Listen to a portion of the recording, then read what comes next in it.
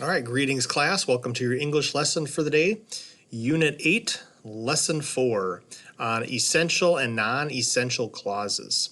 So essential clauses are clauses that add to the meaning of the sentence, that really are necessary in order for us to fully understand the meaning of the sentence. Whereas non-essential clauses are clauses, groups of words that, really do not need to be in the sentence. It's more of a, oh, by the way, and then it adds more information to that particular sentence for meaning. But honestly, if you covered up the non-essential clause, the meaning of the sentence wouldn't change a whole lot. Feel free to do the 1-minute warm-up on your own. By the way, we all should be on page 405 at this time in your textbook. Notice the Taj Mahal is listed there. Remember, we in history a couple months ago, we took a field trip there. We went on Google Earth and walked around a little bit.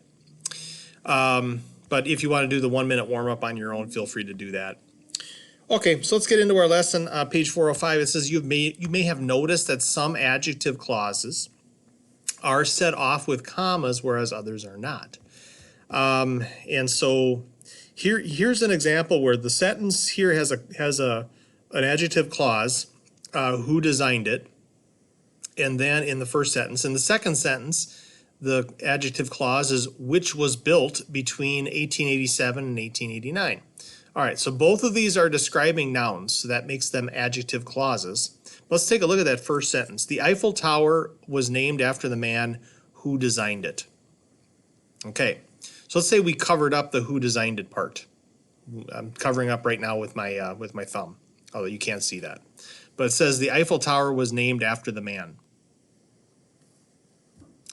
Okay, it could be any man, right? The man, but primarily we're talking about one particular man because the article the is being used. But we really don't know who it is. But then if you add the clause who designed it, okay, so I guess the Eiffel Tower was named after its designer. So it's really an essential clause in order for you to understand the sentence. The next one, the tower, which was built between 1887 and 1889, still stands. Right now I'm covering up that middle clause, and now I see the tower still stands. Okay, that's what the sentence means. That doesn't change the meaning of it, but the clause which was built between 1887 and 1889 is more about, oh, by the way, it was built between 1887 and 1889. So I guess we could call it, so that's a non-essential clause. We don't need it in there in order for the meaning of the sentence to make sense. It's more of a, oh, by the way, here's some more information on it. So I guess we could call non-essential clauses the by the way clauses. Let's get into it. Number one, it says when an adjective clause is necessary to identify the word it modifies, do not set it off with commas. This kind of clause is called an essential clause because it is essential to the meaning of the sentence. Essential clauses are also known as restrictive clauses, so just another name for it. So when we talk about non-essential clauses, another name for that will be a non-restrictive clause. So, maybe in the future you might hear these terms being used. Just make sure you know that essential and restrictive are the same. Non-essential, non-restrictive are the same when it comes to clauses. Let's look at these examples. The Eiffel Tower is the building that defines the Paris skyline. So that defines the Paris skyline is the essential clause here. Now let's cover it up and let's see what it says without it. The Eiffel Tower is the building. What if you said the Eiffel Tower is the building to somebody? Is the building. What do you mean? The building. What building, right? So you need more information there to make that sentence more clear. So that defines the Paris skyline is essential for you to understand the true meaning of the sentence. And the next one is essential too. Who designed this tower? The man who designed this tower was an engineer. Or if you cover it up, it just says the man was an engineer. Okay, what man? The man who designed this tower. Oh, okay. More information. So essential clauses are important for the meaning of the sentence. But non-essential clauses are not as important. It's a, oh, by the way, you might want to know this about this noun. Number two, when an adjective clause is not necessary to identify the word it modifies, do use commas to set it off from the rest of the sentence. This kind of adjective clause is called a non-essential one. And so another name is non-restrictive. Okay, so the highlighted clause, which is, by the way, surrounded in commas, for that first sentence on page 405 under non-essential, that's where I'm at, it says Big Ben, which is the symbol of London, is a clock on a tower. So cover up which is the symbol of London. And you have Big Ben is a clock on a tower. Okay. But that non-essential clause, which is the symbol of London, gives a little bit more information about Big Ben. Oh, by the way, it's this, it's nice to know that, right? And it actually is a better sentence because of that non-essential clause, but it really doesn't change the meaning of the sentence. All right, and so it's surrounded by commas because it doesn't change the meaning of the sentence. Big Ben sits atop the Houses of Parliament, which are London's government buildings. So Big Ben sits atop the Houses of Parliament. That could stand alone as its own sentence, which are London's government buildings. Oh, by the way, they're London's government buildings. So it's an oh, by the way clause, and it gets commas. Notice there's not a comma after buildings because that would just look really weird, right? To have a comma and then a period afterwards. No double punctuation is required there. So then number 3, it says your decision whether to use commas with an adjective clause may depend on what you want the sentence to mean. So notice how the commas change the meaning of each sentence here. Okay, so really it depends on what you're looking to communicate. The first one, basically, by the way, you'll notice that both sentences are exactly the same. One has the clause be an essential one. The other has it be a non-essential one. People honored the architects who designed City Hall. Okay, notice there's no comma there, so that must mean it's essential. All right, and so people honor the architects who designed City Hall. So that actually gives more information because you know that the architects who are getting honored are just the ones who designed City Hall.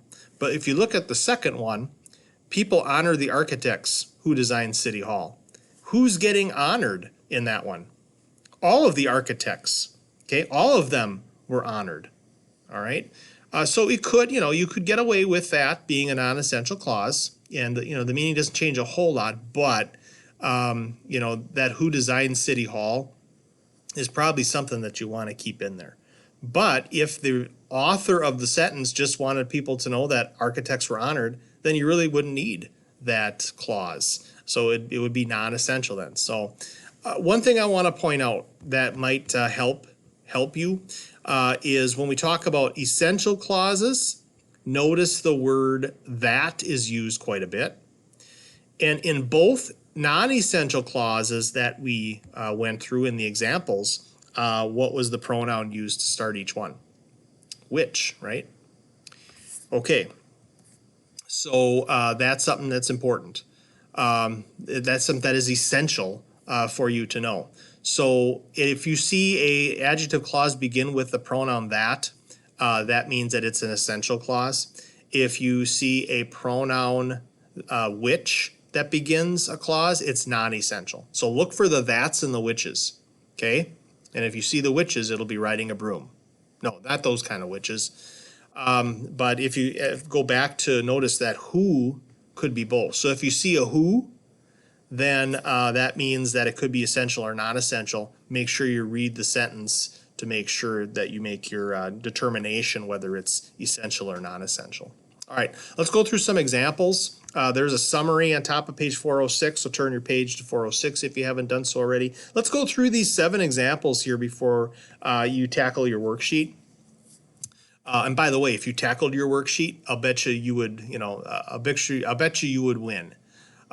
You would tackle that worksheet. The worksheet would be tackled by you if you did tackle it. I have faith in you. Just watch out for paper cuts. Okay, middle of page 406, it says identify each adjective clause. Is it essential or non-essential? And where are commas needed?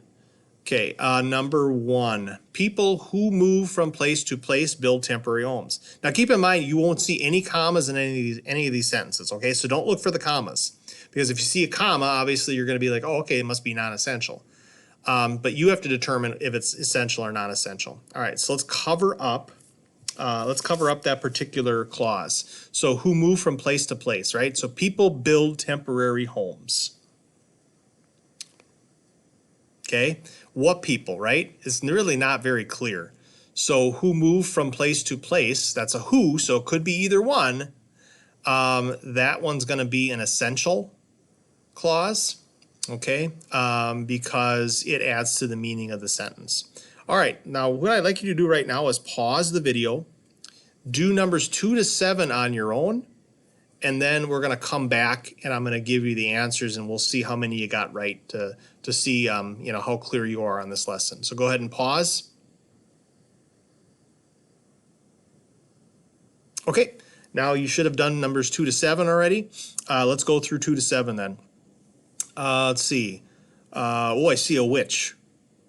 I'll get you, my pretty. Such shelters which are easily built are made of various materials. Okay, so the clause here is which are easily built. So such shelters are made of various materials.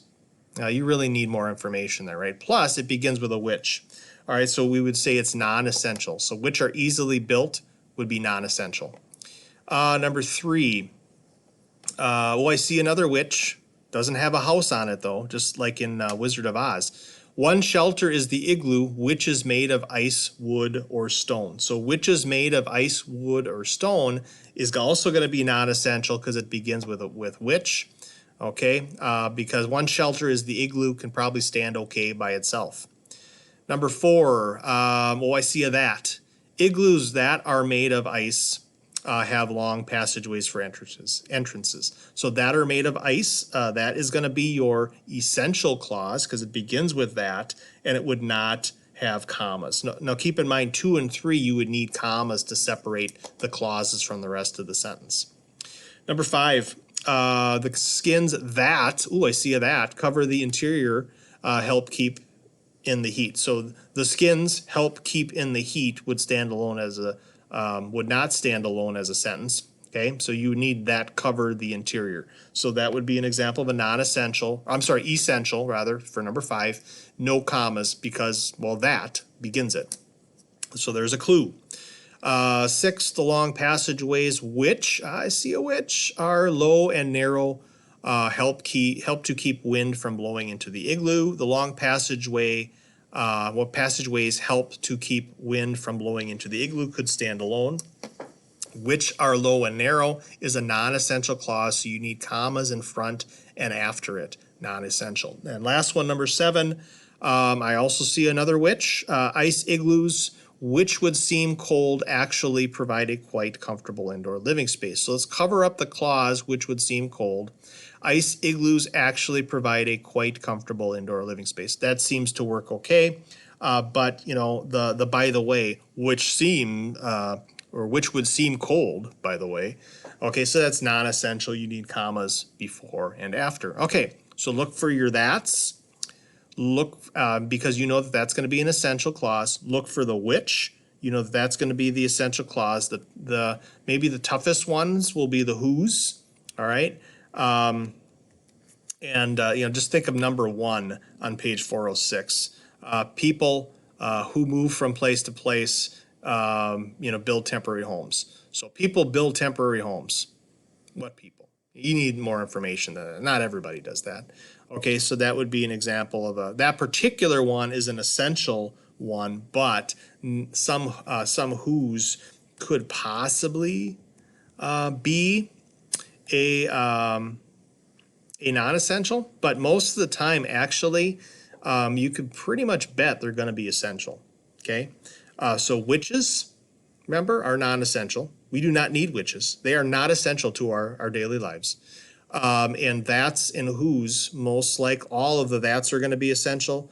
Who most often than not is going to be an essential. All right, so those are some things you can look for to make sure you are successful. And the assignment is going to be the worksheet on lesson 4, and that's going to be due at the packet pickup the next Monday.